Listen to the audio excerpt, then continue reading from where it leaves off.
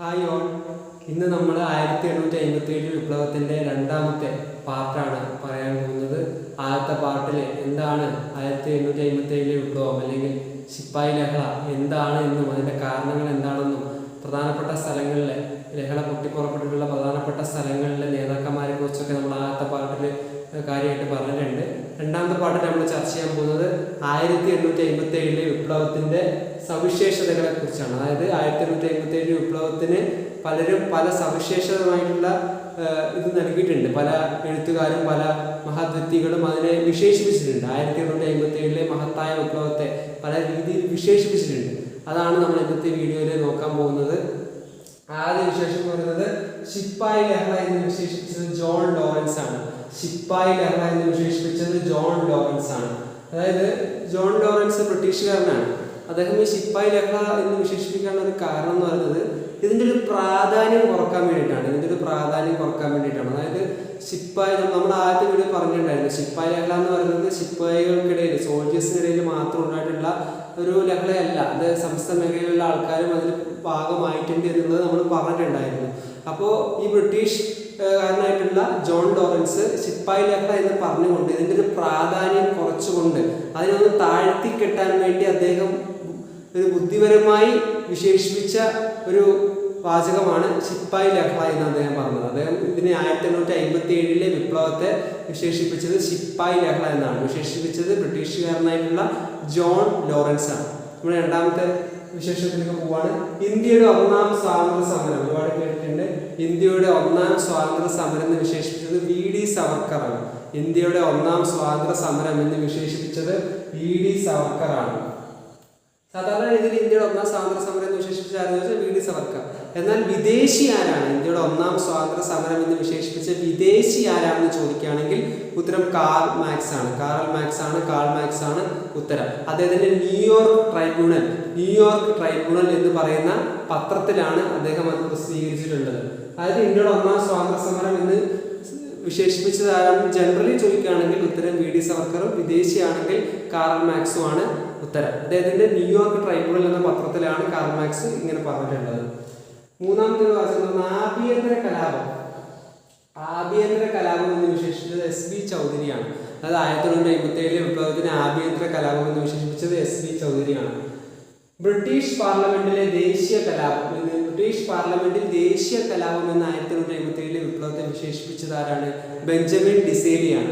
അതായത് ബ്രിട്ടീഷ് പാർലമെന്റിലെ 1857 വിപ്ലവത്തെ പറ്റി സംസാരിച്ചപ്പോൾ അദ്ദേഹം പറഞ്ഞത് ഒരു ദേശീയ കലാപം എന്നാണ്. അങ്ങനെ പറഞ്ഞ ആളാരാണ്? ബെഞ്ചമിൻ ഡിസേലിയാണ്.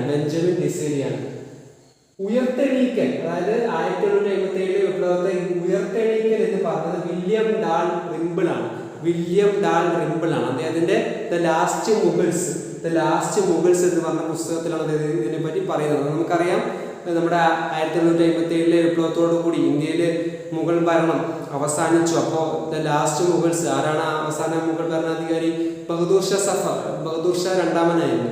അപ്പോൾ അതിനെ പറ്റിയിട്ടുള്ള ഒരു പുസ്തകത്തിൽ അദ്ദേഹം 1857 വിപ്ലവത്തെ ഉയർത്തെണീക്കൽ എന്നാണ് വിശേഷിപ്പിച്ചിട്ടുള്ളത്. വില്യം ഡാൾ റിംബിൾ.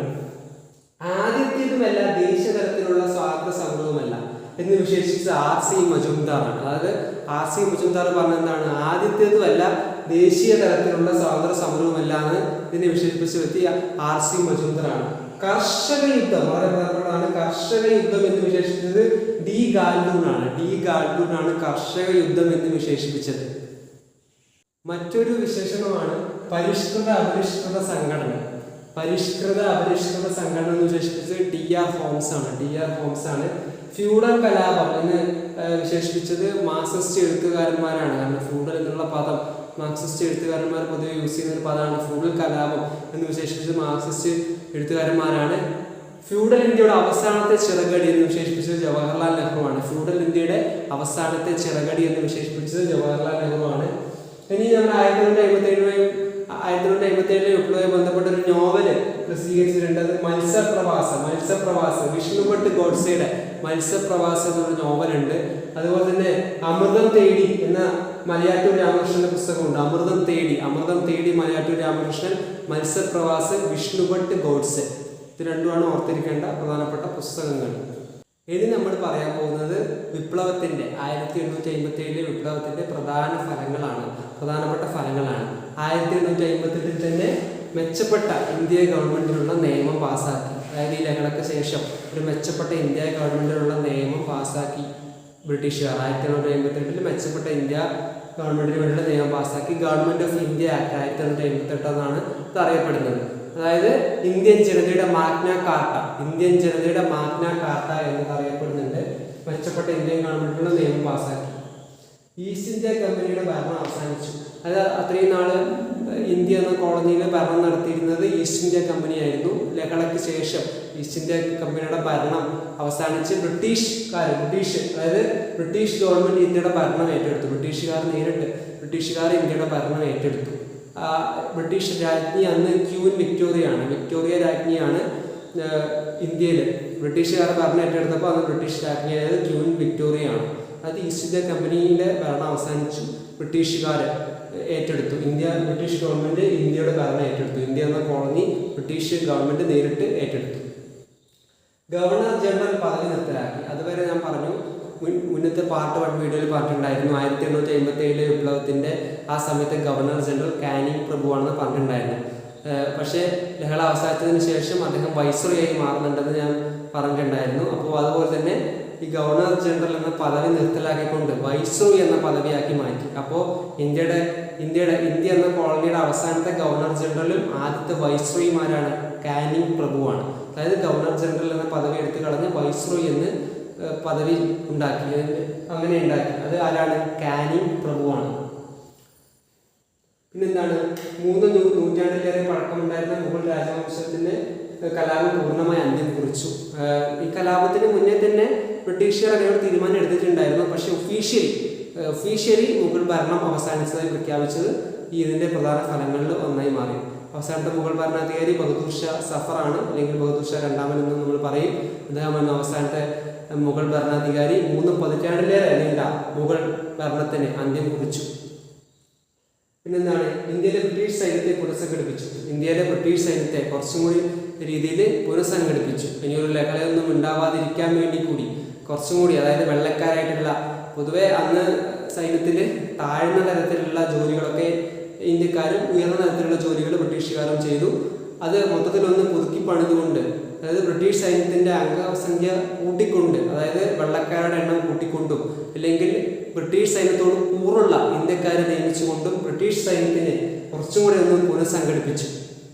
അടുത്തൊരു പ്രധാനപ്പെട്ട ഫലമാണ് കലാപം ഹിന്ദു മുസ്ലിം ഐക്യത്തിൽ വിള്ളലുകൾ ഉണ്ടാക്കി. അതായത് ബ്രിട്ടീഷുകാർ പ്രചരിപ്പിച്ചു ഇതിൻ്റെ കാരണം, ഇങ്ങനൊരു ലഹള ഉണ്ടാവാനുള്ള കാരണം മുസ്ലിങ്ങളാണെന്നൊക്കെ ഇങ്ങനെയൊരു പ്രചരണം നടത്തിക്കൊണ്ട് ഒരു ഹിന്ദു മുസ്ലിം ഐക്യത്തിലൊരു വിള്ളലുണ്ടാക്കാൻ ബ്രിട്ടീഷുകാർക്ക് സാധിച്ചു എന്നുള്ളതാണ്. വിഭജിക്കൽ ഭരിക്കൽ നയം ബ്രിട്ടീഷുകാരുടെ ഒരു അവിഭാജ്യ ഘടകമായി മാറി.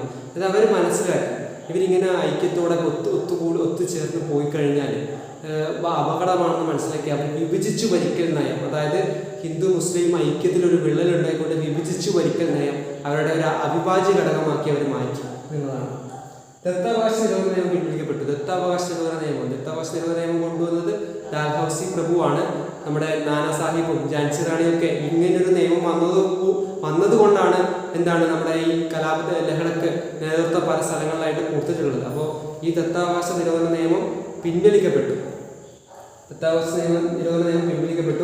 മതപരമായ കാര്യങ്ങളിൽ ഇടപെടലിന് ഉറപ്പ് ലഭിച്ചു. മതപരമായ കാര്യങ്ങളിൽ നമ്മൾ പറഞ്ഞിട്ടുണ്ടായിരുന്നു, സതി നിർത്തലാക്കിയത്, വിധവാ പുനർവിവാഹം, വനിതാ വിദ്യാഭ്യാസം, ഇതൊക്കെ ഇന്ന് ചിന്തിക്കുമ്പോൾ ബ്രിട്ടീഷുകാർ ചെയ്ത നല്ല കാര്യങ്ങളാണ്. പക്ഷേങ്കിൽ അന്നത്തെ കാലത്ത് അവരന്ന് ഇന്ത്യക്കാരെ അതിനെ കണ്ടത് എങ്ങനെയാണ്? തങ്ങളുടെ മതത്തിൻ്റെ മേലുള്ള ഒരു കടന്നുകയറ്റമായിട്ട്, തങ്ങളുടെ മതസ്വാതന്ത്ര്യത്തിന് മേലുള്ള കടന്നുകയറ്റമായിട്ടാണ് അവരന്ന് അതിൽ കണ്ടത്. അതുകൊണ്ട് തന്നെ തങ്ങളുടെ മതപരമായ കാര്യങ്ങളുടെ ഇടപെടലില്ലെന്ന് ഉറപ്പ് ലഭിച്ചു. ഓരോ നാട്ടുരാജ്യങ്ങളിലും ഓരോ ബ്രിട്ടീഷ് പ്രസിഡന്റിനെ സ്വീകരിക്കണം. അതായത് ഇതിൻ്റെ ഒരു ഫലമായിട്ട് ബ്രിട്ടീഷുകാർ കൊണ്ടുവന്നതാണ് ഓരോ നാട്ടുരാജ്യങ്ങളിലും ഓരോ ബ്രിട്ടീഷ് പ്രസിഡന്റിനെ സ്വീകരിക്കണമെന്നുള്ളത്. നാട്ടുരാജ്യങ്ങളുടെ ഭരണം മോശമായ അത് ഏറ്റെടുക്കാനുള്ള അധികാരം ബ്രിട്ടീഷ് ഗവൺമെന്റിന് ലഭിച്ചു. അവരുടെ തന്ത്രപ്രധാനമായ ബുദ്ധിപരമായ ഒരു തീരുമാനമാണത്. അതായത് നാട്ടുരാജ്യങ്ങളുടെ ഭരണം മോശമായിട്ട് ബ്രിട്ടീഷുകാർക്ക് തോന്നിക്കഴിഞ്ഞാൽ അത് ഏറ്റെടുക്കാനുള്ള അധികാരം ബ്രിട്ടീഷ് ഗവൺമെന്റിന് ലഭിച്ചു എന്നുള്ളതാണ്. ഇനി നമ്മൾ പറയാൻ പോകുന്നത് രാജ്ഞിയുടെ വിളംബരമാണ്. രാജ്ഞിയുടെ വിളംബരം എന്ന് പറയുന്നത് നമ്മളിപ്പോൾ പഠിച്ചു 1ാം സ്വാതന്ത്ര്യ സമരം 1857 വിപ്ലവത്തിൽ നമ്മൾ അസംഘടിത വിളംബരം പഠിച്ചതുപോലെയാണ് രാജ്ഞിയുടെ വിളംബരം. അതായത് 1858 പാസ്സാക്കിയ മെച്ചപ്പെട്ട ഇന്ത്യ ഗവൺമെൻറ്റിന് വേണ്ടിയുള്ള നിയമം, അതിൻ്റെ കാര്യങ്ങൾ, അതിലുണ്ടായ ഭരണമാറ്റവും പുതിയ ബ്രിട്ടീഷ് നയവും അറിയിക്കാൻ വേണ്ടി വിക്ടോറിയ രാജ്ഞി ഒരു വിളംബരം പുറപ്പെടുവിച്ചു. ഇത്രയേ ഉള്ളൂ. അതായത് 1858 ഗവൺമെൻറ് ഓഫ് ഇന്ത്യ ആക്ട്, അതിൻ്റെ പുതിയ ഭരണമാറ്റവും അതുപോലെ തന്നെ ബ്രിട്ടീഷ് നയവും അറിയിക്കാൻ വേണ്ടി അന്നത്തെ രാജ്ഞിയായിട്ടുള്ള വിക്ടോറിയ പുറപ്പെടുവിച്ച ഒരു വിളംബരമാണ് രാജ്ഞിയുടെ വിളംബരം. 1858 ഈ വിളംബരം പുറപ്പെടുവിച്ചിട്ടുള്ളത്. 1858 നവംബർ 1 അലഹബാദിൽ വിളിച്ചുകൂട്ടിയൊരു ദർബാറിൽ വെച്ച് ഇന്ത്യയിലെ ആദ്യത്തെ വൈസ്രോയായ കാനിങ് പ്രഭു ഈ വിളംബരം പ്രസിദ്ധപ്പെടുത്തി. 1857 നവംബർ 1 അലഹബാദിൽ ഒരു ദർബാറിൽ വെച്ച് ഇന്ത്യയിലെ ആദ്യത്തെ വൈസ്രോയായിട്ടുള്ള കാനിങ് പ്രഭുവാണ് ഇത് പ്രസിദ്ധപ്പെടുത്തിയത്. ഇത് നമ്മൾ നോക്കുന്നത് ചെറിയൊരു സെക്ഷനാണ് പൈക വിപ്ലവം. പൈക വിപ്ലവം എന്ന് പറയുന്നത് 1817, അതായത് 1857 മുന്നേ, 1857 വിപ്ലവം സംഭവിക്കുന്നതിന് മുന്നേ 1817 നമ്മുടെ കലിംഗ രാജ്യം, അല്ലെങ്കിൽ അഥവാ നമ്മുടെ ഒഡീഷയിലെ പൈക സമൂഹം ഈസ്റ്റ് ഇന്ത്യ കമ്പനിക്കെതിരെ നടത്തിയ സായുധ വിപ്ലവമാണ്. അതായത് അന്ന് ഇന്ത്യ കോളനി ഭരിച്ചിരുന്ന ഈസ്റ്റ് ഇന്ത്യ കമ്പനിക്കെതിരെ 1817 ഒഡീഷയിലെ പൈക സമൂഹം നടത്തിയ ഒരു സായുധ വിപ്ലവമാണ് ഈ പൈക വിപ്ലവം എന്ന് പറയുന്നത്. അത് ഇന്ത്യയുടെ ഒന്നാം സ്വാതന്ത്ര്യ സമരമായി പഠിപ്പിക്കാൻ അല്ലെങ്കിൽ പ്രഖ്യാപിക്കാൻ കേന്ദ്ര മാനവ വിഭവശേഷി മന്ത്രാലയം തീരുമാനിച്ചിട്ടുണ്ട് കേട്ടോ. അത് അടുത്ത് തന്നെ പുസ്തകങ്ങളൊക്കെ വരാൻ സാധ്യതയുണ്ട്. കേന്ദ്ര മാനവ വിഭവശേഷി മന്ത്രാലയം പൈക വിപ്ലവത്തെ ഇന്ത്യയുടെ ഒന്നാം സ്വാതന്ത്ര്യ സമരമായി തീരുമാനിച്ചിട്ടുണ്ട്. ഈ പൈക വിപ്ലവത്തിന് നേതൃത്വം നൽകിയത് ബക്ഷി ജഗബന്ധുവാണ്. ഈ പൈക വിപ്ലവത്തിന് നേതൃത്വം നൽകിയത് ബക്ഷി ജഗബന്ധുവാണ് ഈ പൈക വിപ്ലവത്തിന് നേതൃത്വം നൽകിയത്. ഇതോടുകൂടി നമ്മുടെ 1857 വിപ്ലവം എന്നുള്ള ക്ലാസ് മുഴുവനായിട്ട് കഴിയുകയാണ്. ഇതുവരെ ഇത് കിട്ടിയിരുന്ന എല്ലാവർക്കും നന്ദി.